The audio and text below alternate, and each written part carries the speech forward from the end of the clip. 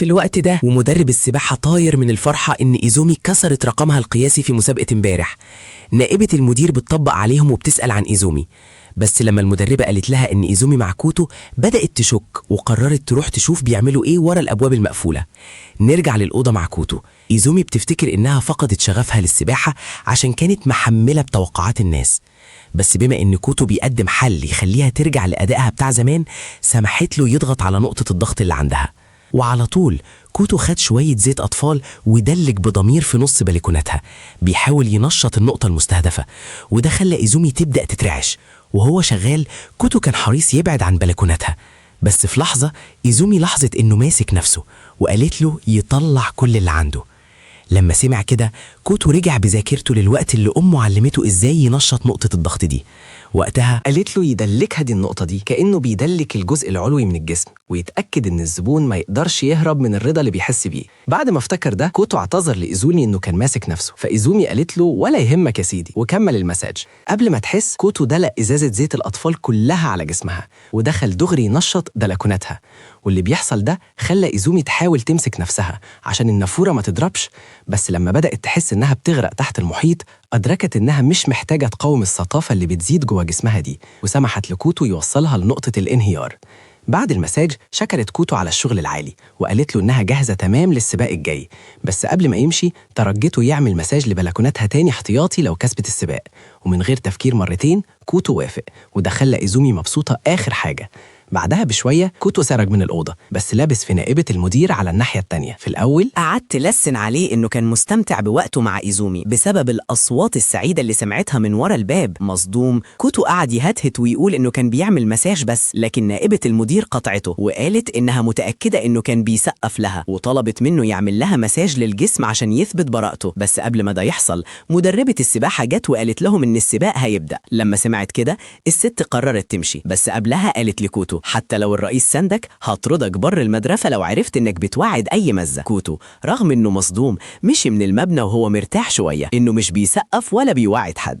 ده معناه انه في امان من نائبة المدير المجنونة دي. تاني يوم وإيزومي رايحة تتمرن، واحدة زميلتها جاملتها عشان كسبت سباق امبارح وسألتها عن سرها وهتموت وتستفيد منه، بس مجرد التفكير ان كوتو يعمل مساج لواحدة تانية خلى إيزومي يتغير وعشان كده رفضت تطلع السر. بعدين بالليل كانت فرحانة انها كسرت رقمها تاني وخدت وقت ترسم وش كوتو، وفجأة كوتو ظهر وهمس في ودنها بكلام حلو عشان أدائها في السباق الأخير. وجوده المفاجئ خلى الأشعريرة تجري في عمود إيزومي الفقري، وما حستش لما كوتو بدأ جلسة مساج تانية مركز على ونقطة تانية ورا. بعد حوالي 5 صوابع إيزومي وصلت لنقطة الانهيار، بس صحيت واكتشفت إن كل ده كان حلم غريب. ورغم كده الموضوع عجبها ونفسها تجرب مساج تاني لا ينسى من كوتو.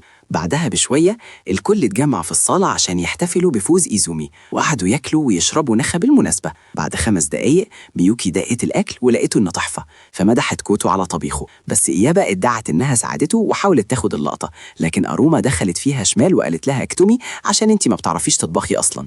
إيزومي دقت الأكل ومدحت طبيخ كوتو، وكمان تشيو اللي شافت إنه غريب إنه طباخ شاطر. كوتو شرح إنه كان بيساعد عمته في مطعمها وده يفسر مهاراته في الطبخ، بس ده خلى أروما تتسائل إيه المهارات التانية اللي مخبيها. بعدها بثواني إيابا بدأت تطبل لكوتو إنه شاطر وكده، بس ده نرفز أروما عشان إيابا لازقة في كوتو زيادة. وهم بيتخانقوا تشيو مدحت إيزومي على فوزها، بس الفضول خدها وسألته عملتها إزاي.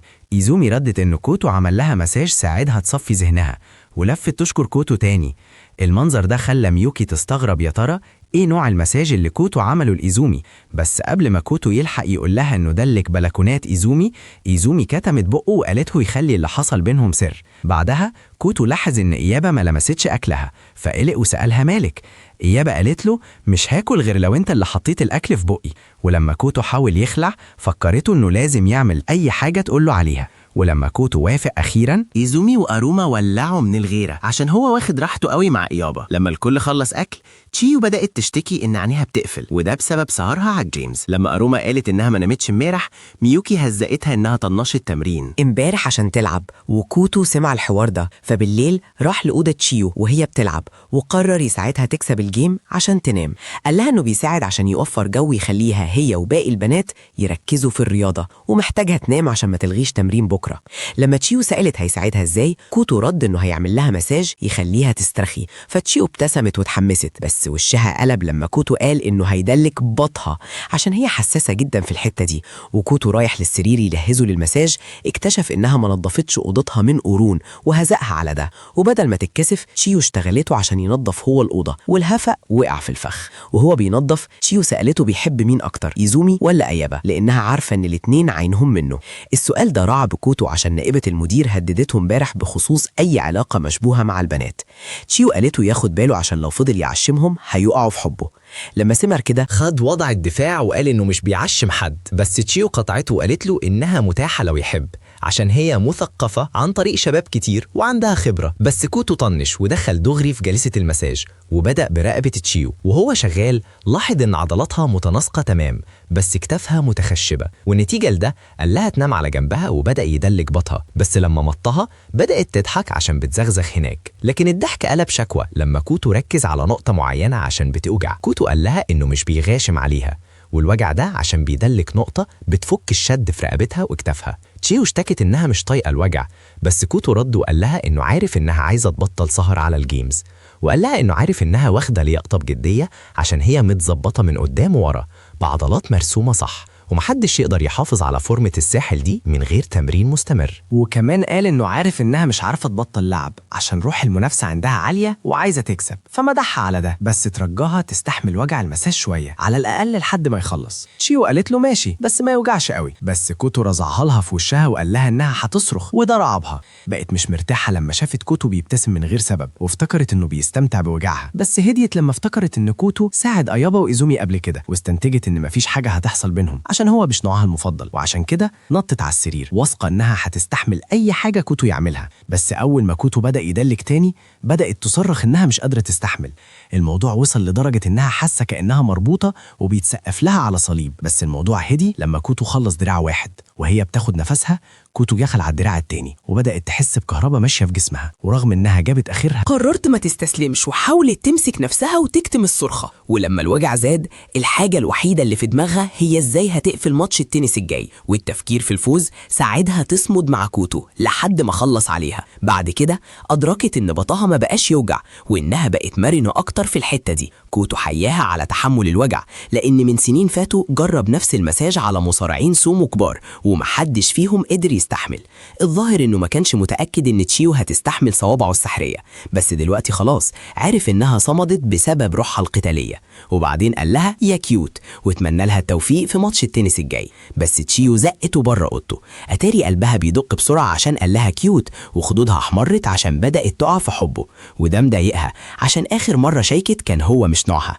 تاني يوم كوتو خلص شغله بدري وراح لاول يوم ليه في المدرسه. لما وصل لقى اروما بتشد في شعرها عشان طلعت في نفس الفصل مع ايوبا، وده خلى كوتو يدرك ان الترم بتاعه اتشلوح وزاد وغطى لما لقى نفسه قاعد قدام ايابا اللي قعدت تلمح انهم هيروحوا الحمام سوا في الفسحه. وقبل ما كوتو يستوعب هي تقصد ايه، واحده صاروخ دخلت بتدور عليه، فخرج معاها يتكلموا بره. هناك عرفت نفسها باسم هايمي من فريق الطايره، وقالت ان ميوكي بعتتها ليه، طلبت مساعدته، وشرحت ان ميوكي قالت لها انه شاطر في التعامل مع جسم البنات، وهي عايزاها يتعامل مع جسمها هي كمان عشان تبقى جاهزه لمعسكر التدريب في الويكند. واصرت انه يجي معاها المعسكر ومسكت ايده عشان توري جديتها. بس لما استوعبت هي بتعمل ايه جريت وهي مكسوفه. وهي بتمشي كوتو قرر يروح المعسكر بما ان ميوكي ممكن تكون هناك. في الويك اند كوتو قاعد في اتوبيس مليان بزميلات ميوكي وبيسفهوا عليه انه عايش في سكن فيه 10 صواريخ، وكوتو بيسال نفسه هو ورط نفسه في ايه. ميوكي سالته جاي ليه، بس هو اتنرفز عشان فاكرها عارفة. لما قال ان هايمي طلبت منه يجي، البنات التانيين بدأوا يلسنوا ويقولوا انه بيتحجج عشان يبقى مع ميوكي. بعد ما وصلوا كوتو تابع البنات بتتمرن